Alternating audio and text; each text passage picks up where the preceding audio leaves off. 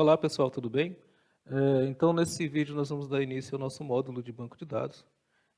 Dentro desse módulo nós vamos trabalhar o SQLite 3 e também vamos trabalhar, dentro do SQLite 3 nós vamos trabalhar a linguagem estruturada de busca, ou linguagem estruturada de pesquisa, que é o SQL.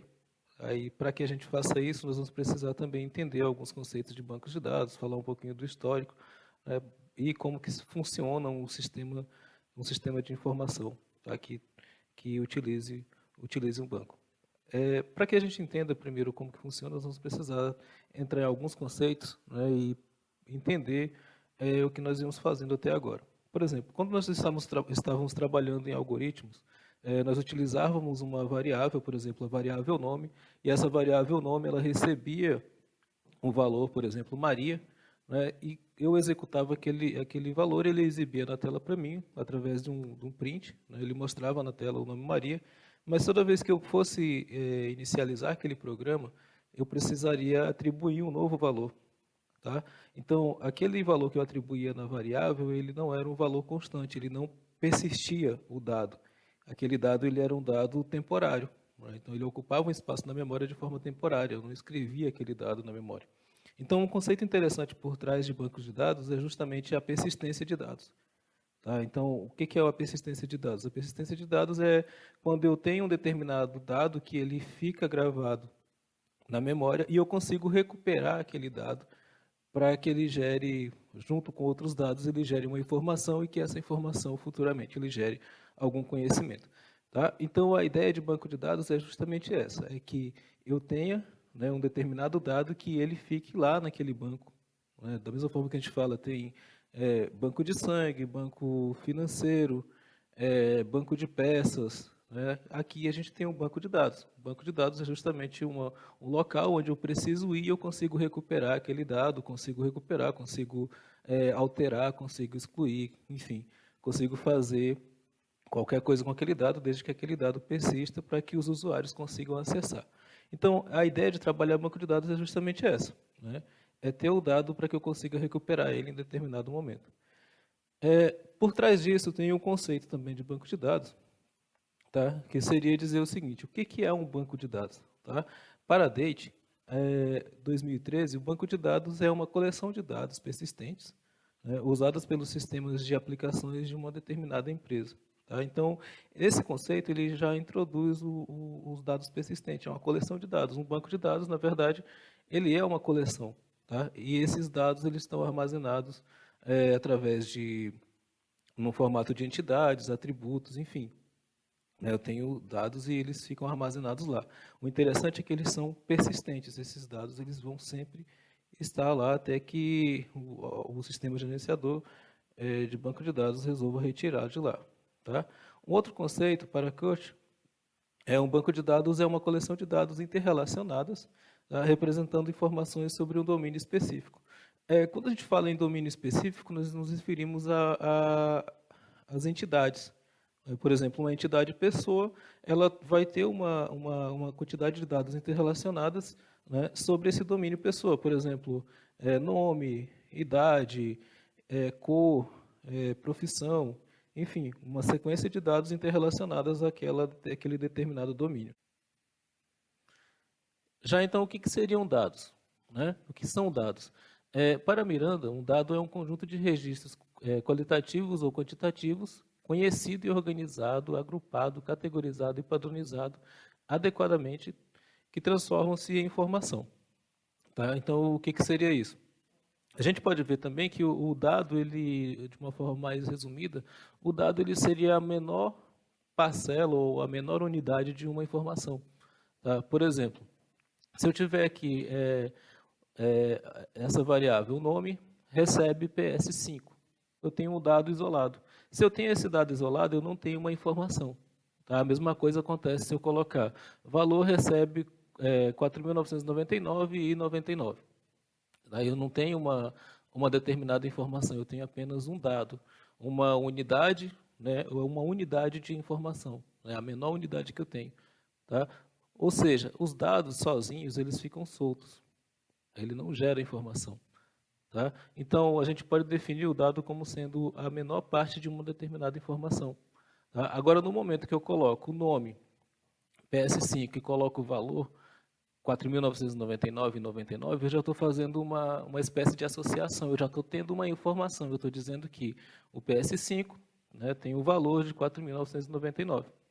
Tá? Notem que quando eu junto os dois dados, eu já tenho o que a gente chama de informação.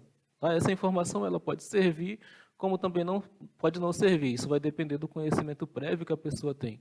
Mas eu já consigo entender que o dado, né, ele é diferente de informação. Tá?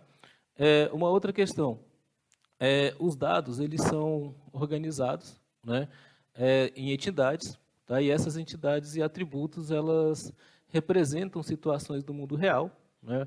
Ou seja, uma entidade ela pode ser representada através de uma tabela, onde as colunas representam os dados, né, as linhas o item em particular de cada entidade representada. Tá?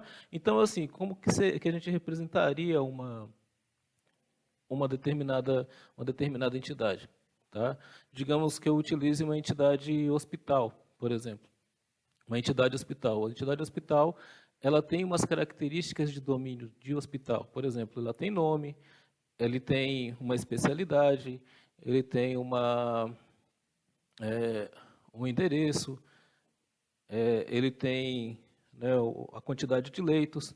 Então, eu tenho uma determinada quantidade de atributos que são características que vão representar aquela entidade. Tá? Então, resumindo, as entidades seriam a representação de uma situação do mundo real, tá? E os atributos seriam as características que são ligadas a essas entidades. Tá? E os dados são os dados que eles armazenam. Por exemplo, se eu tiver numa entidade, eu tenho um atributo nome, por exemplo, eu vou ter a entidade hospital com o atributo nome, que recebe Hospital Santa Maria, por exemplo. Tá? Então, o dado que esse atributo recebe é o Hospital Santa Maria. Tá? Ou seja, eu estou atribuindo a essa minha entidade um nomezinho de dado chamado Hospital Santa Maria. Tá? Para ficar melhor entendido, eu vou mostrar aqui para vocês como que funciona. Então, dentro de um banco de dados, eu posso representar as entidades no formato de tabela. Tá? E essa tabela ela será dividida mais ou menos dessa forma aqui. Ó. Eu tenho lá, por exemplo, o código, né, da tabela de funcionários. Tá? Então, eu estou representando algo do mundo real, né, no caso funcionários, e estou atribuindo para essa minha tabela, para essa minha determinada entidade, uma tabela com alguns atributos, por exemplo, código, nome, salário, função. Tá? Essas em laranja, todas elas são atributos. Tá? Então, todas as minhas colunas, elas são atributos. As minhas linhas, eu chamo eles de ou registro ou tuplas. Notem o seguinte, que aqui, por exemplo, eu tenho o código, quando ele é separado, eu tenho só um dado, por exemplo, 1. Mas quando eu junto o atributo mais o código, por exemplo, o código é 1, o nome é Paulo Alberto, o salário é 1.500 e a função é B. Então, quer dizer o seguinte, que nessa minha linha aqui eu tenho um registro. Tá? Um registro, uma transação ou uma tupla. Tá? Geralmente a gente chama de registro ou tupla. Aqui eu já consigo ter uma determinada informação. Por exemplo, eu estou dizendo que o código 1 é Paulo, Paulo recebe um salário de R$ 1.500, né? E tem uma função B. Notem que isso aqui é um registro. Tá? O dado, ele é isso aqui. Ó. O dado é o que eu tenho de conteúdo de cada um dos atributos. Tá? Então, aqui no código conteúdo eu tenho 2, né? No nome eu tenho Cristina, no salário eu tenho 2.100 e a função D. Então, isso visto de forma separada são dados. Tá? Isso visto de forma em uma linha, em um registro, tá? Eu tenho o que a gente chama de registro ou tupla. E a partir daqui eu consigo já gerar algum tipo de informação baseado nesses valores que eu tenho. Tá? Uma outra questão interessante que a gente precisa verificar como nós já sabemos o que é um dado, né, que o dado ele é a menor parte de uma determinada informação e que ele sozinho ele não tem o poder de informar alguma coisa, né? Ele é considerado apenas um dado. Por exemplo, se eu colocar o nome Maria, né? Ela pode receber, pode ser o nome de uma pessoa, pode ser uma marca de algum produto, né? Pode ser, enfim, qualquer uma outra coisa, um apelido, alguma coisa, tá? Mas isso não gera uma determinada informação, tá? Para isso, a gente precisa entender a forma que o banco de dados trabalha para que ele gere informação e essa informação ela gere conhecimento. Então, como que funciona isso? Olha, eu tenho uma informação. Araguatins está localizada na região do Bico do Papagaio, tá? Essa informação ela só faz sentido, tá, para quem sabe que Araguatins é uma cidade, tá?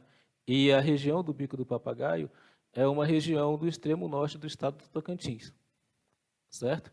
Então, assim, a primeira vez que você escuta essa informação, né, talvez você não consiga associar direto. Então, o conhecimento ele seria algo que a pessoa já tem, né, já tem em mente. Né, ela já traz um determinado conhecimento em mente para poder assimilar aquela informação. Então, a informação, o dado sozinho, ele não é uma informação, né, e a informação sozinha ela não gera conhecimento. Eu preciso ter alguma coisa já em mente, né, alguma coisa já pensada que relacione aquela informação para que ela gere conhecimento. Tá? Então, por exemplo, quando eu falo isso aqui, Araguatins está localizada na região do Bico do Papagaio, muitas pessoas podem pensar o seguinte, como em primeiro momento eu não sei que é uma cidade, então eu posso pensar que Bico de Papagaio eu posso associar aquele problema que dá nos ossos, ou então simplesmente eu posso pensar que fosse alguma coisa que tem no bico do papagaio, né? Mas para quem conhece a cidade, né, vai saber que, né, Araguatins ela é uma cidade que pertence à região do Bico do Papagaio, e a região do Bico do Papagaio ela é uma região que envolve várias cidades, né? E essas cidades elas estão nessa região e chama-se de Bico de Papagaio justamente pela semelhança que tem, né, com o Bico do Papagaio aqui. Tá? Então, a região do Bico do Papagaio é uma região do extremo norte do Tocantins, tá? Região do extremo norte do Tocantins, onde tem uma cidadezinha chamada Araguatins. Tá? Então, essa informação aqui, para quem já tem o conhecimento prévio, ela gera conhecimento. Tá? Ela gera conhecimento. Tá? Mas se eu falar só Araguatins, Araguatins é um dado. Né? Se eu falar Bico do Papagaio também é um dado. Mas se eu falar Araguatins está localizada na região do Bico do Papagaio, eu já tenho uma informação, já estou informando algo. Mas o conhecimento ele só vai ser gerado a partir do momento em que eu já tenho um conhecimento prévio em relação a essa informação. E daí sim eu consigo entender, né, o porquê. Então, quando eu falo dessa forma, eu quero dizer que Araguatins está na região do Pico do Papagaio, porque essa região tem esse nome justamente por ter semelhança com o bico de um papagaio, tá? No extremo norte do estado do Tocantins. Certo? Seguindo em frente, então, como que funcionam os sistemas de banco de dados? Tá? Um sistema de banco de dados, existem vários autores que colocam de várias formas. Né? Eu estou utilizando essa forma aqui, né, que um sistema de banco de dados ele envolve praticamente 4 partes. Né? Uma são os usuários, a outra são o hardware e software, então, no caso, os aplicativos, né, usuários que interagem com aplicativos, os aplicativos que interagem com sistemas de gerenciamento de banco de dados, né, e, enfim, os sistemas de gerenciamento de banco de dados que interagem com os bancos de dados, né, onde ficam armazenados. Então, basicamente, um sistema de banco de dados ele funciona dessa forma. E a ideia do sistema de banco de dados é justamente que os usuários eles sejam isolados de algumas ações que acontecem dentro do sistema de gerenciamento de banco. Né? Ou seja, o usuário ele não precisa entender ou se preocupar com o que vai acontecer quando ele busca algum nome, quando ele imprime algum relatório. Não é? Isso acontece de forma que ele não precisa entender isso aqui. Tá? Então, o sistema de banco de dados ele envolve usuários, envolve aplicações, sistemas de gerenciamento de dados, de banco de dados e realmente o banco de dados.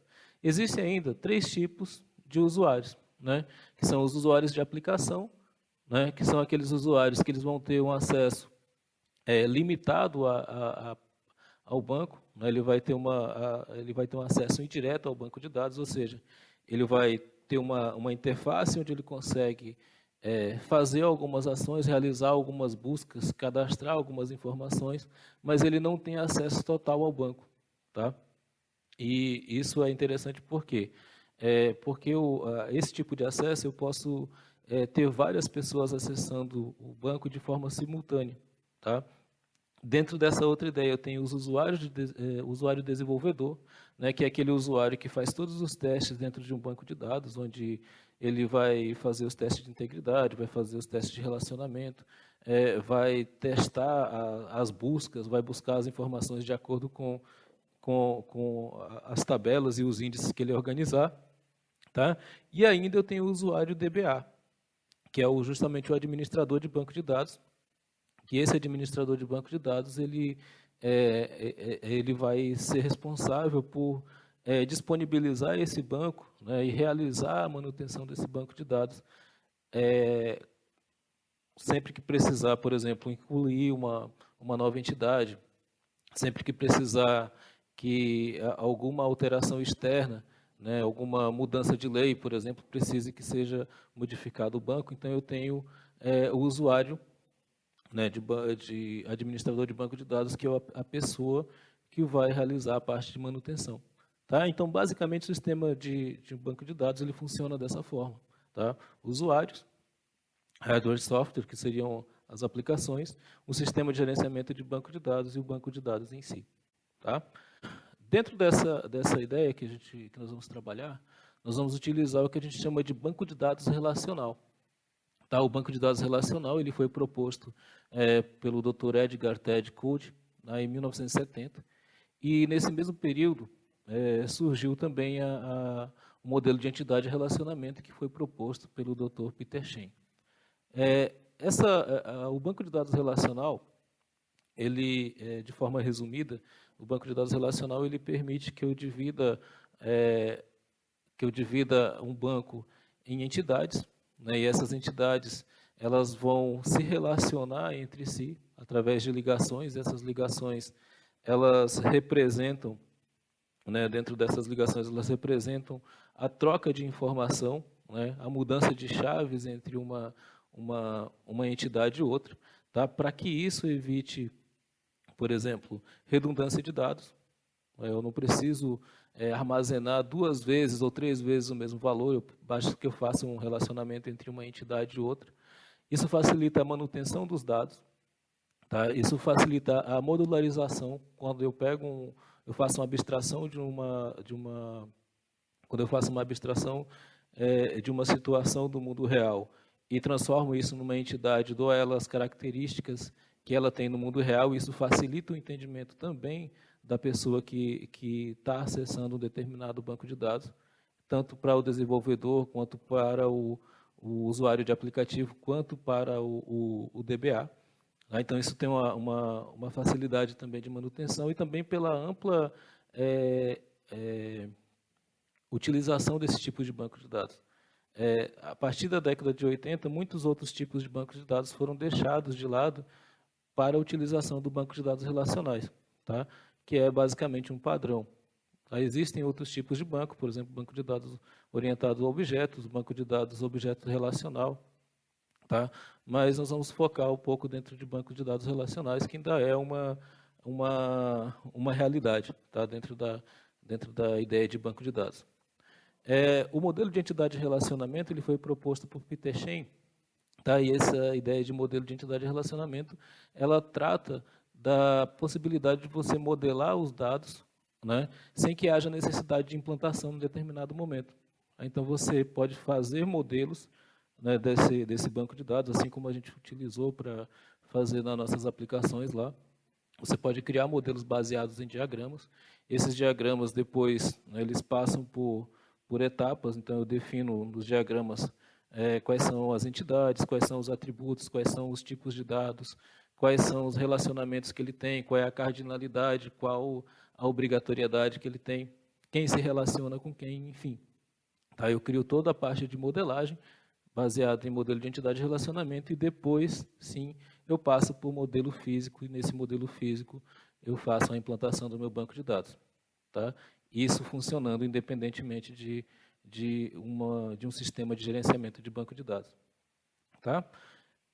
Uma outra questão que é importante ver, né, é o projeto de banco de dados. O nosso objetivo final dentro desse módulo é justamente trabalhar um projeto de banco de dados, e dentro desse projeto de banco de dados, a ideia é que a gente consiga desenvolver, né, um projeto seguindo as normas, né, dos bancos de dados relacionais, bem como os modelos de entidade de relacionamento. Então, como que funcionaria isso? Sabendo que um banco de dados ele é um sistema de informação, né, ele também precisa ser desenvolvido assim como um sistema, um software qualquer. Tá? Ele tem que seguir uma ideia de processo de desenvolvimento, até porque hoje, se você não tem um banco de dados bem desenvolvido, isso pode gerar um problema de acesso, um problema de manutenção, né, e até um problema para que os requisitos de sistema eles sejam atingidos. Tá? Então, se eu não conseguir atingir os requisitos de um sistema, então, na verdade, eu não tenho sistema. Tá? Então, como que se começa a trabalhar um projeto de banco de dados? Um projeto de banco de dados ele começa a partir da visão de mundo. Eu preciso entender a visão de mundo, quando a gente fala, é uma visão externa. Eu preciso entender, por exemplo, se eu quero criar um sistema hospitalar, eu tenho que ter pelo menos uma noção, uma especificação de como que funciona o dia a dia dos trabalhos, os documentos, como que é feita a comunicação dentro de um sistema hospitalar. Eu tenho que ter a visão de mundo, ver o que é obrigatório, o que não é. Né? Então, primeiro eu tenho que entender o que funciona e como funciona isso dentro de um sistema hospitalar, dentro de uma biblioteca, dentro de um sistema de irrigação, enfim. Eu tenho que ter a visão de mundo disso. A partir de então, eu crio os requisitos. Né? Então, digamos que eu sei que um sistema um sistema hospitalar, né? Ele vai ter o hospital, vai ter o médico, vai ter os ambulatórios, terão as macas, terão os remédios, os enfermeiros, o pessoal que trabalha com higienização, os laboratórios, enfim. Então, eu tenho uma visão de mundo e, a partir de então, eu começo a tratar isso como sendo... eu começo a transformar essa visão de mundo em requisitos. Esses requisitos seriam o quê? É o que eu preciso para o meu sistema de banco de dados funcionar. Tá? Então, tem algumas coisas, por exemplo, quais são as entidades que eu preciso, quais são os dados que eu tenho que armazenar, né? Quais são os dados que podem ser públicos, quais são os dados que devem ser privados, quem que deve acessar, em que momento deve acessar, quais são os relatórios que devem ser emitidos, enfim, eu tenho que gerar todos os requisitos. Cada uma dessas etapas nós consideramos como sendo uma entrega do nosso sistema de banco de dados. Depois que eu passo pela etapa de requisitos, eu vou para uma próxima etapa que a gente chama de modelo conceitual. E daí que a gente entende por que é importante modelar. É importante modelar justamente pelo seguinte, porque cada etapa que eu tenho é uma entrega, tá? E essa entrega ela tem que envolver, né, o mínimo de tempo. E, além de desenvolver o mínimo de tempo, ela tem que trazer confirmações. Por exemplo, toda etapa que eu entrego, né, que eu considero como entregue, o usuário final do meu trabalho ele tem que aprovar e eu volto. Então, por exemplo, eu verifiquei a visão de mundo, fiz o levantamento de requisitos, depois eu criei o meu modelo conceitual, né, e esse meu modelo conceitual ele se baseia em requisitos e visão de mundo. Tá? E nesse meu modelo conceitual eu vou justamente definir, né, quais são as entidades que eu vou criar. Por exemplo, eu defini que eu tenho que criar uma entidade hospital, decidi que eu tenho que criar uma entidade médico, decidi que eu tenho que criar uma entidade tipo de hospital, enfim, vou criando várias entidades. Dentro do modelo conceitual eu também vou definir quais são os atributos que eu preciso ter para essas entidades. Por exemplo, para a entidade hospital eu preciso ter um nome, eu preciso ter um nome, preciso ter um CNPJ, eu preciso ter uma especialidade. Enfim, eu vou definindo dentro do meu modelo conceitual quais são as entidades e quais são os atributos. E também definir quais são os atributos chaves, né, que são aqueles atributos que não se repetem dentro do meu, ou são os dados que não se repetem dentro do meu modelo conceitual. A partir do momento que eu crio um modelo conceitual, eu passo para o modelo lógico. Então, aqui eu defini as entidades, defini os atributos, e aqui eu vou definir dentro do meu modelo lógico quem que se relaciona com quem, e como que essas tabelas elas serão divididas. Por exemplo, eu vou precisar ter uma tabela hospital, eu vou precisar ter uma tabela médico, eu vou precisar ter uma tabela tipo. Se eu precisar dessas tabelas, né, como que eu vou fazer para que elas se relacionem? Quem se relaciona com quem? Isso tudo vai ser baseado na minha visão de mundo e na minha visão no meu levantamento de requisitos. Quem que eu defino como sendo a entidade principal, quem que eu defino como sendo a entidade secundária, né? Então, aqui eu defino quais são as entidades que se manterão, quais são os atributos que serão mantidos, né, para evitar redundância, e como que elas se relacionam, tá? Como que essas entidades elas se relacionam.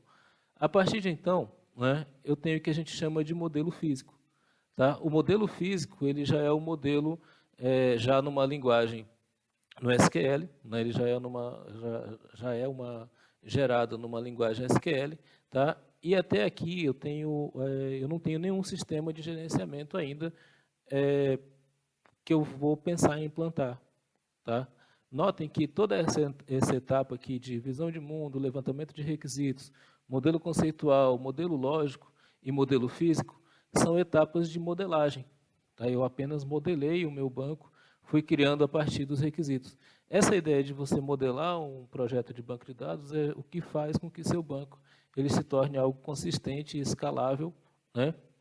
E com menos redundância possível de dados. E até aqui eu não defini ainda que tipo de sistema de gerenciamento de banco de dados que eu vou utilizar, né? Não foi definido ainda. E a partir de então, aí sim, né, eu vou e defino a implantação. Como que eu vou fazer essa implantação? E a partir daí eu posso definir qual é a linguagem de programação que eu vou utilizar para acessar esse banco de dados, ou se esse meu banco de dados ele vai ser acessado por web, por mobile ou pelo desktop. Tá? Uma coisa que é importante deixar claro é que todo projeto de banco de dados, ele independe, né? Todo projeto, assim como qualquer banco de dados, ele é independente de aplicação. Tá? Ou seja, ele pode ser para web, ele pode ser para mobile, ele pode ser para desktop, ou pode atender os três. Tá? Mas o projeto em si ele não precisa ser dependente de nenhuma linguagem de programação. Tá? E essas seriam as referências. E o que eu quero que fique entendido em relação a isso é que eu preciso ter, né, entendido o que é um dado, né, o que é uma informação, o que é conhecimento, o que é uma entidade, né, o que é uma entidade, o que são esses atributos na entidade, como que os dados funcionam dentro dessas entidades. Tá? E também eu preciso entender como que eu vou gerar um projeto de banco de dados. Tá? E se vocês prestarem atenção, o projeto de banco de dados, ele basicamente é a mesma coisa que a gente utiliza, claro, com algumas diferenças, mas ele praticamente, o início, é muito parecido com o que a gente utiliza para o desenvolvimento de um software. Né? E tudo precisa de um projeto. Apesar de que hoje existem muitas ferramentas que auxiliam nisso aqui, mas é interessante que você saiba como fazer, né? Até para que você consiga entender e aplicar os conceitos de forma correta. Às vezes a gente acha isso demorado de fazer, mas às vezes você aplica isso uma vez e só replica para as próximas etapas dos trabalhos. Tá? Então, basicamente seria isso. Meu muito obrigado e até o próximo vídeo.